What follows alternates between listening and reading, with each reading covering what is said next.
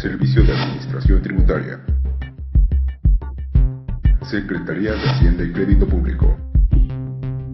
Programa de formación. Especialidades SAT.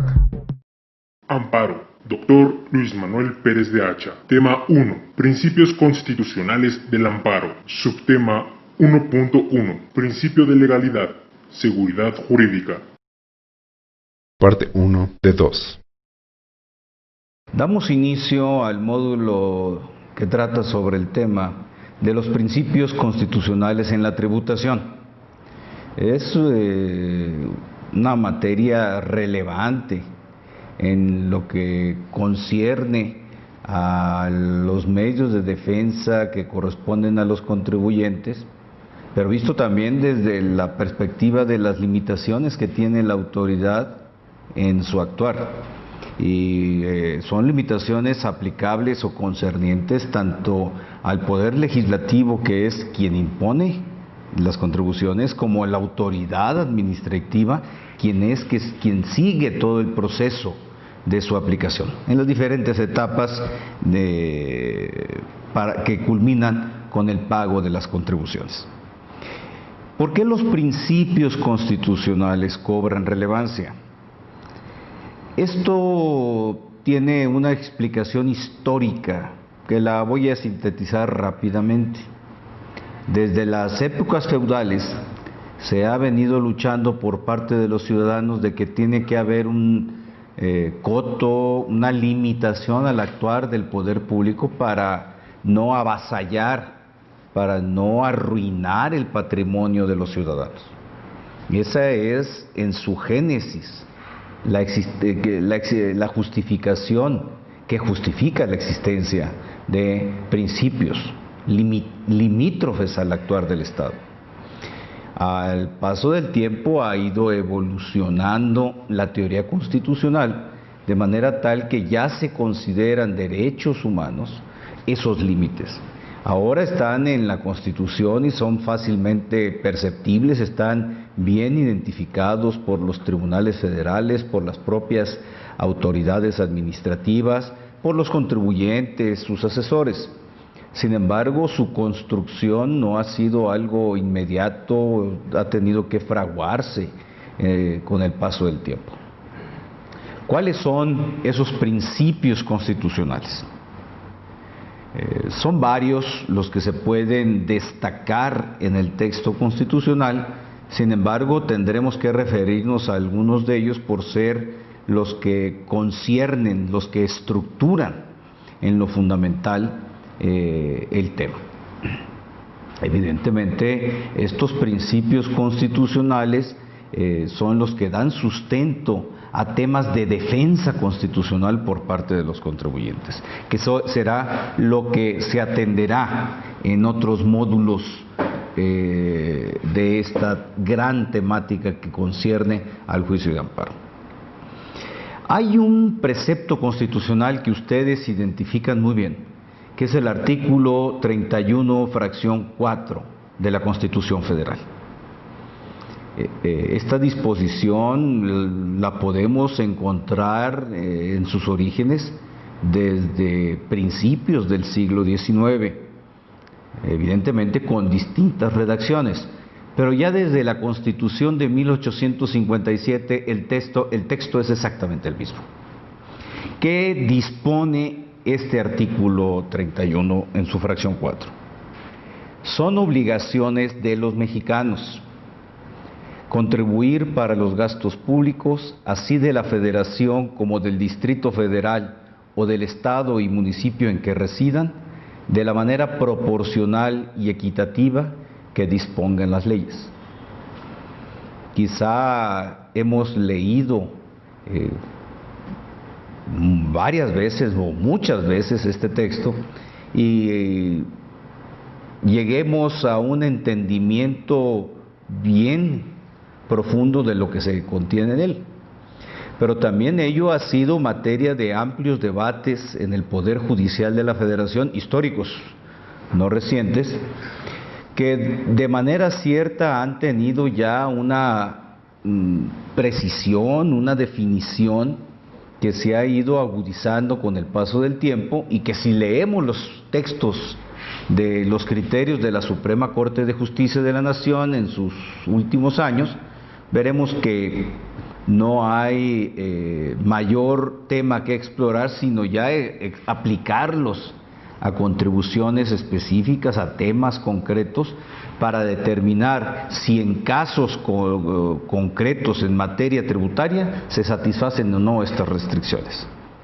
Antes de entrar al análisis de los diversos preceptos que como principios constitucionales se derivan de este artículo 31 fracción 4, demos un esbozo siquiera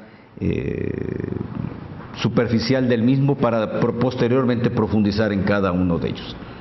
Primero llama la atención que se diga que son obligaciones de los mexicanos. La obligación está referida al aspecto de que se tiene que contribuir. Y entendamos la palabra contribuir como verbo, es decir, pagar, aportar, transferir una parte de nuestro patrimonio personal a la hacienda pública, que es el patrimonio del Estado. Pero aquí lo que destaca es que se dice que son obligaciones de los mexicanos. Y eso ya de antaño ha puesto en entredicho que cuál es entonces la obligación de los no mexicanos respecto del pago de las contribuciones. Tema superado, lo digo de antemano, porque ya tiene varias décadas que la Suprema Corte de Justicia de la Nación establece que la obligación de inicio es de los ciudadanos mexicanos en la medida que estos ya tienen una vinculación territorial con México, una vinculación ciudadana con el país, pero que también esa vinculación tiene que hacerse extensiva a los extranjeros en razón de que estos vienen a México y realizan actividades cuya fuente de riqueza puede encontrarse en territorio nacional, o bien que existan elementos vinculativos que obliguen a esos extranjeros a pagar, pero ello en función de un principio de igualdad.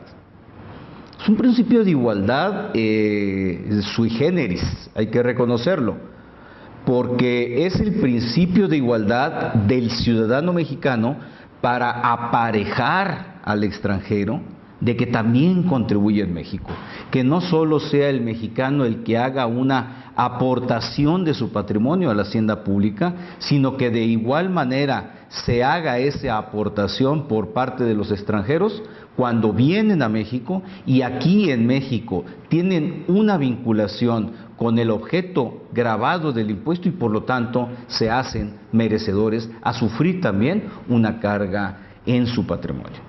Esa es la razón por la cual este tema se ha extendido a los extranjeros. Pero la misma disposición entonces en su fracción 4 traslada esa obligación con el límite que tiene el Estado en materia tributaria. ¿Cuál es? Primero, que esa contribución, esa aportación a la hacienda pública tenga que tener como destino la satisfacción del gasto público. Ese es un tema, la del gasto público, que excede con mucho los propósitos del estudio que se realiza para efectos de la materia tributaria. Ya la precisaremos con posterioridad, pero porque la misma es propia ya de un análisis, una reflexión distinta en materia presupuestaria, en materia de contabilidad gubernamental, en materia de eficiencia en el gasto público. Ahorita estamos en la causa. Yo aporto y por vía de consecuencia destino una parte del patrimonio a la satisfacción del gasto público. ¿Qué significa esto? Que no puede pensarse que el Estado lo puede destinar a satisfactores distintos del gasto público. tiene que ser de la federación, del Distrito Federal o del estado y municipio en que residan los contribuyentes. Vamos a empezar por el tema residencia. Es un concepto indefinido completamente en el texto constitucional y no tendría por qué definirlo además, porque no es una ley tributaria. No podemos pensar o asimilar el concepto de residencia que está en la Constitución en función de lo que dicen las leyes fiscales que pueda considerarse residencia. Por ejemplo, en el Código Fiscal de la Federación, que remite o que es sustento del concepto residencia que se utiliza en el impuesto sobre la renta. El concepto residencia tampoco puede ubicarse en la temática civil, por señalar otro ejemplo. Esos son conceptos de leyes secundarias que no pueden dar contenido a la disposición constitucional. La expresión, por lo tanto, de residencia, en que residan, tenemos que identificarla con los elementos vinculativos de los tributos. El elemento vinculativo, que es el que define en qué circunstancias los sujetos mexicanos o extranjeros quedan obligados al pago de los impuestos, al pago de las contribuciones. Y a partir de ahí es como se empieza a definir una triple, incluso variable en el concepto residencia. Porque puede ser a nivel federal, a nivel estatal o del Distrito Federal, para equipararlos, o a nivel municipal.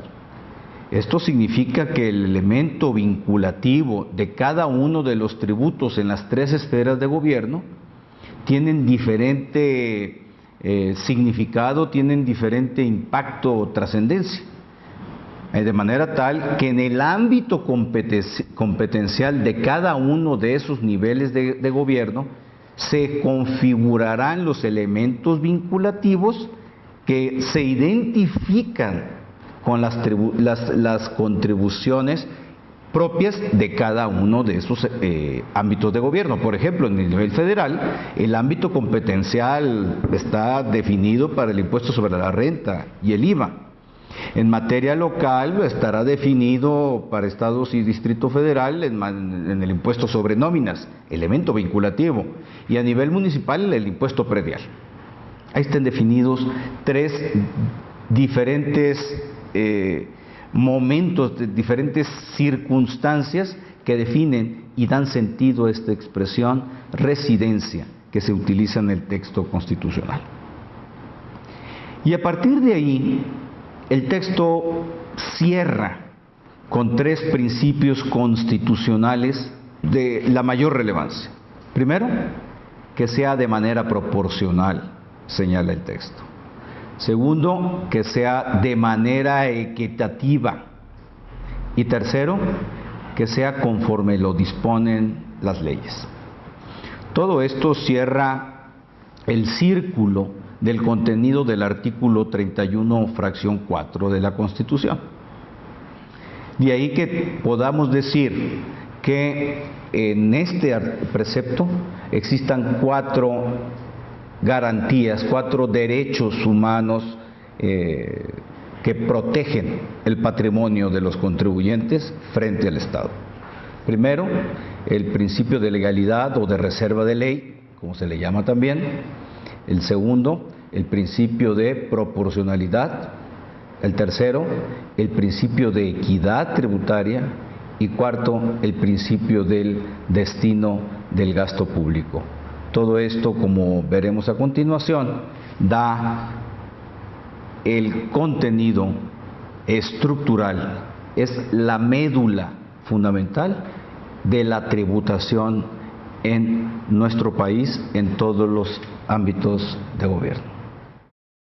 Fin parte 1 de 2.